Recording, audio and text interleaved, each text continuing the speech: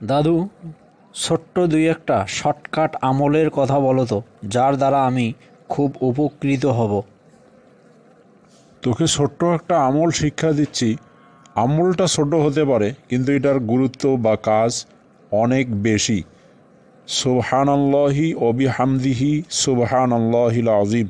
এই তাসবিহ দুটি উচ্চারণ করা খুবই সহজ, কিন্তু কিয়ামতের দিন নেকির পাল্লায় সীমাহীন ভারী এবং আল্লাহর কাছে অত্যন্ত প্রিয় বাক্য।